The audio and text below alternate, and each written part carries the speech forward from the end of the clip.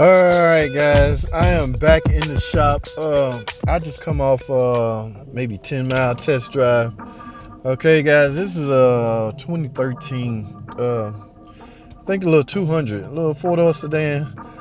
2013. Transmission problems is what they complain about. 2013. That transmission can go either way, guys. That could either be the 41 TE or the 62 TE.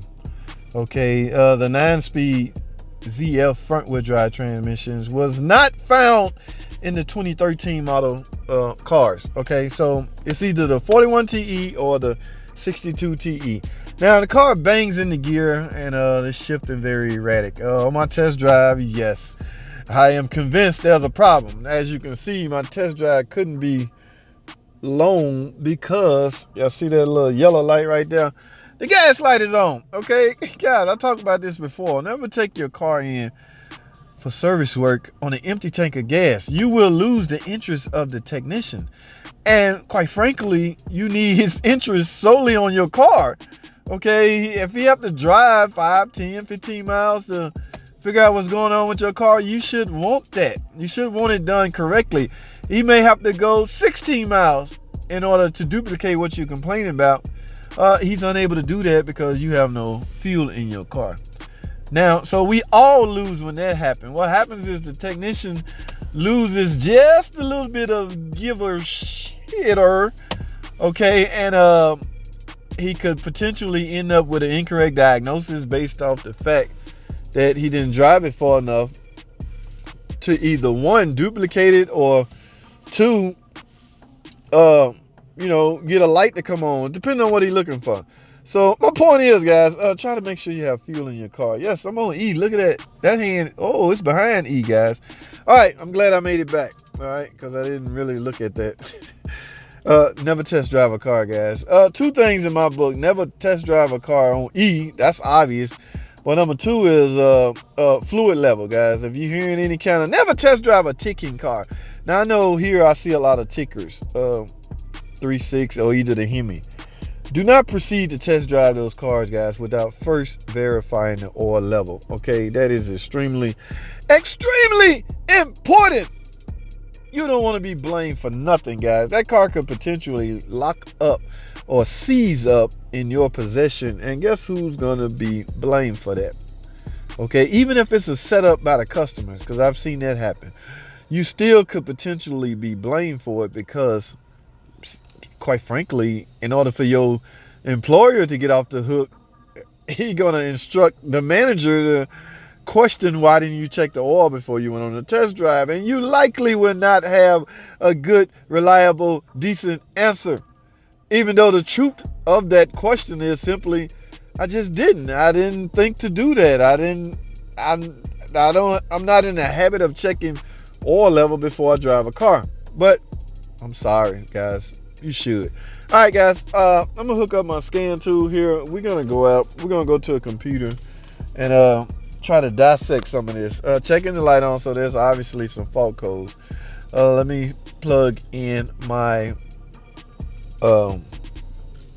this is not a scan tool per se. It's sort of like a little interface in between this and the computer. I guess you can say the computer is your scan tool, but you have to have an interface, okay, in the software. I don't know. We'll talk about that on another video. For now, let's go to the computer, guys, and find out what's going on. I'm going to go to a quick break. When I get back, we will be at the computer. Stay tuned. All right, guys, we are here at the computer. Yes, it's a 2013 Chrysler 200. There's a 62 TE, guys. Remember I told you can go either way, 41 TE or 62 TE. Now, guys, you see a PCM right here, and you see different other modules. Notice what you do not see is a TCM. Okay, that's because the TCM functions are integrated into the PCM, which means the PCM carry double duties, guys. It has to make sure the engine is running at optimal performance, as well as the transmission operating at optimal performance. And guys, due to the sophistication of these PCM, of these controllers, computers, it can handle the task. All right. So Because there's no TCM, let's check inside the PCM. Yellows typically indicate that there are DTCs. Let's go to DTC, see what we see. Okay, guys, P1745, transmission line pressure too high. I can tell, guys, I ain't banging in the gear. The P0868, I see that code a lot. Line pressure low. Okay, so there's some, whoa, this one's active, guys. Line pressure high. Line pressure high. Okay, is this transmission, excessive fluid can cause this code. Line pressure low. I've seen valve body cause this code, but they're contradicting each other, guys. So what we have to do is something you should have did in the beginning, guys. Check the fluid level, okay? Yes, fluid level and condition of the fluid is very important. Now let's see if any of these other codes relating to the transmission. No, these airbag, that's why the airbag light on. The computer has picked up a sequel problems in the airbag system. All right, I will also write that up. And of course, low tire pressure. Look how sophisticated this TIPM is. It would tell you if a park lamp control circuit is open. All right, guys, but we are here for transmission duties, okay? So for now, let's go back to the car and find out. Like I say, guys, I need to adhere to my own recommendations. Before you test drive, you should likely go ahead and check the fluid of the transmission. But since we didn't do it then, we're going to do it now, guys. Stay tuned. Let's get it. All right, guys, we have started the car now. Let's go. Whoa.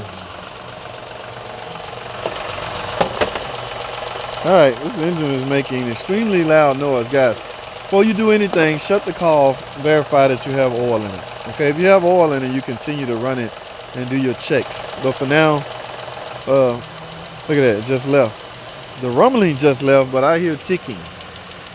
Y'all hear that? This is the 3.6, guys, so this is not out of the ordinary. Y'all hear that? Sound like a Pentastar tick. See how easy it is to get off topic? We are here for transmission purposes. All right, but first thing first, guys, I need to reassure myself that I'm not operating on an engine with no oil. So let me check the oil level. All right, stay tuned. All right, guys, I have plenty of oil in it. I had to shut it off, turn it back on, do all that.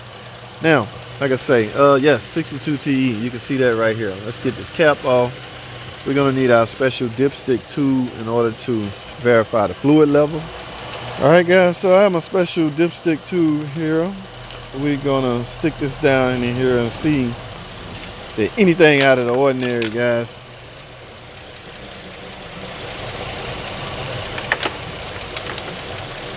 Make sure you peg it all the way out to the bottom, pull it out, and let's take a look. Whoa. Oh man, this transmission is freaking over. Can y'all see that? Yeah, it's hard to focus. That is all the way up to the top. Okay, am I seeing things? All right, guys, hold on. Let me grab a rag.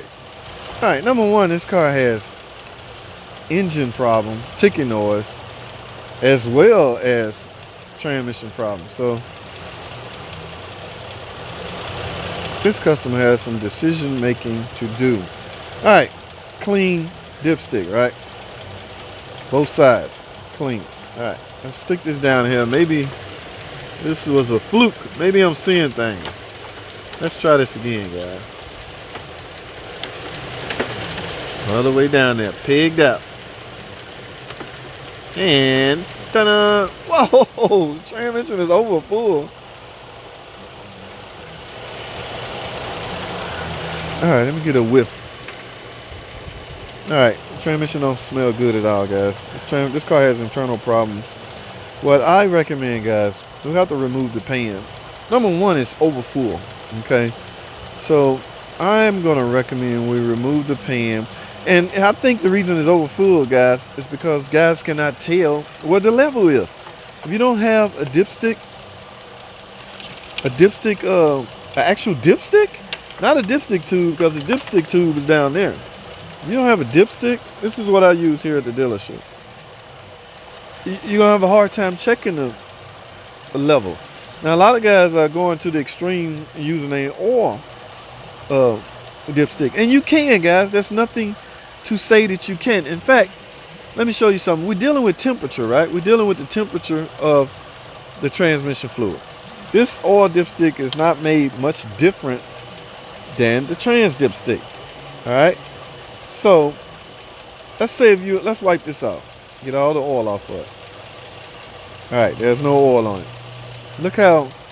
Now, let's say that's a chart, guys. I'll pull the chart, put it in the description. Right around in here is a certain temperature. You can mark this dipstick to that finding and use your oil dipstick. So, in other words, what I'm trying to say, that shouldn't be an excuse of you not having a dipstick because you couldn't check your transmission fluid.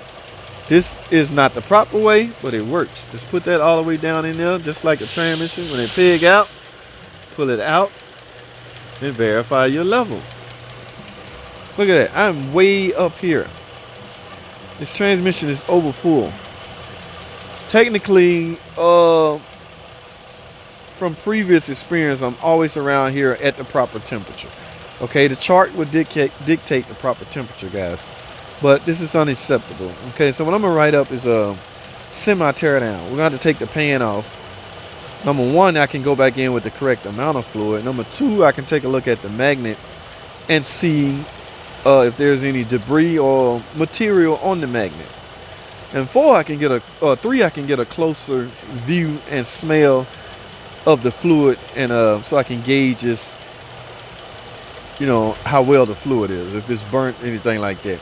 You can smell burntness, through the dipstick, but I want to get a closer look at the fluid.